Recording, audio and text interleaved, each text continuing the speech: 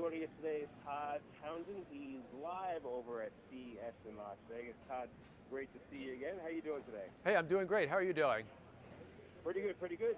As we all know, CES has been around a long time. Can you remind us of, some of the items that have premiered over the years and how they truly changed our lives? Exactly. CES started in 1967 in New York City. These days it's in Las Vegas. And a lot of the products that we've used in our daily lives and heard about for years all launched here over the years. So for example, the CD player, the DVD player, the VCR, if you remember that, HD TVs, camcorders. I mean, we could go on forever, but all these things were launched here at CES over the years and went on to play big roles in our lives. And it's no different this year. We're seeing all kinds of things that are going to change our lives. Awesome. So I see you have a few things on set there with you.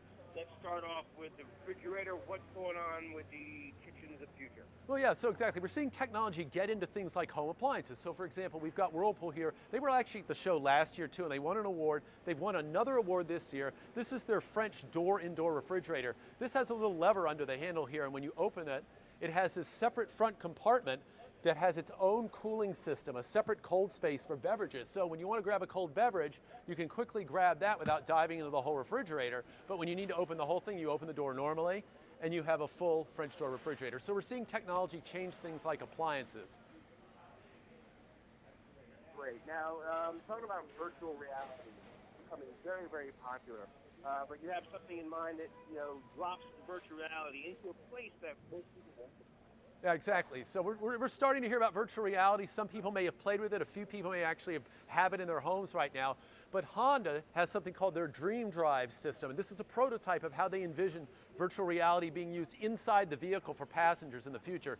So you're going to be wearing a headset or using your phone in their vehicle. And as you drive or ride down the road, it's going to give you real-time information about what you're seeing out there in the real world. So for example, you're driving on a road trip and you're going to be down in Florida and you're in the Keys. Well, you can look around and it can give you real-time information about what these islands are and what's going on here.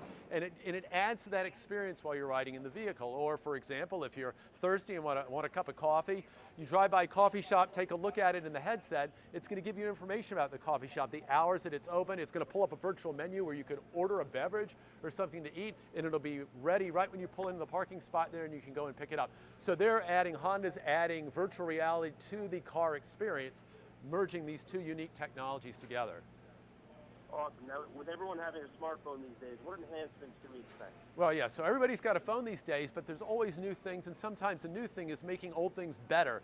So for example, LG's got the K10 here, and this looks like it's got this metal frame, it's got a 13 megapixel rear camera, super high res 5.3 inch front screen, and a 120 degree wide angle front camera, so when you do those selfies it fits everybody in the picture. Now those kind of features used to only be available in the super high-end flagship phones that were really expensive. LG is able to bring that down to the mid-range, so you can get a lot more for your money and afford more of these premium features at a better price. Awesome. What else to CES? What are they going to be showing us this year? What other products can we expect? Yeah, no, so also in addition to things we talked about here, which you can find on, there's a site, betterstuffforlife.com, if you want to learn about that. Then you can also learn about really futuristic things at CES, like artificial intelligence, drones that can fly themselves, the future of cars. Cars are big at this show now. It's like a virtual living room. So 5 to 10 years in the future, cars are going to be able to drive themselves. So some of the major automakers are here showing exactly what you can do in the inside of your car and what it's going to look like when you're going to be able to treat it like a living room or a bedroom or a mobile office. So CES runs the gamut from things available today to things available out in the kind of far future. Alrighty, and where can we go to get more information? Yeah, back for things I've talked about here on set, you can talk to Better Stuff, go to betterstuffforlife.com. If you want to learn more about the whole show, you can go out and Google CES 2017. There's all kinds of tech blogs, websites, news articles, videos out there about what's going on in the show this year. All right, Todd, thank you very much for joining us today. Thank you very much. You're welcome. Hold right there for 3, 2, 1.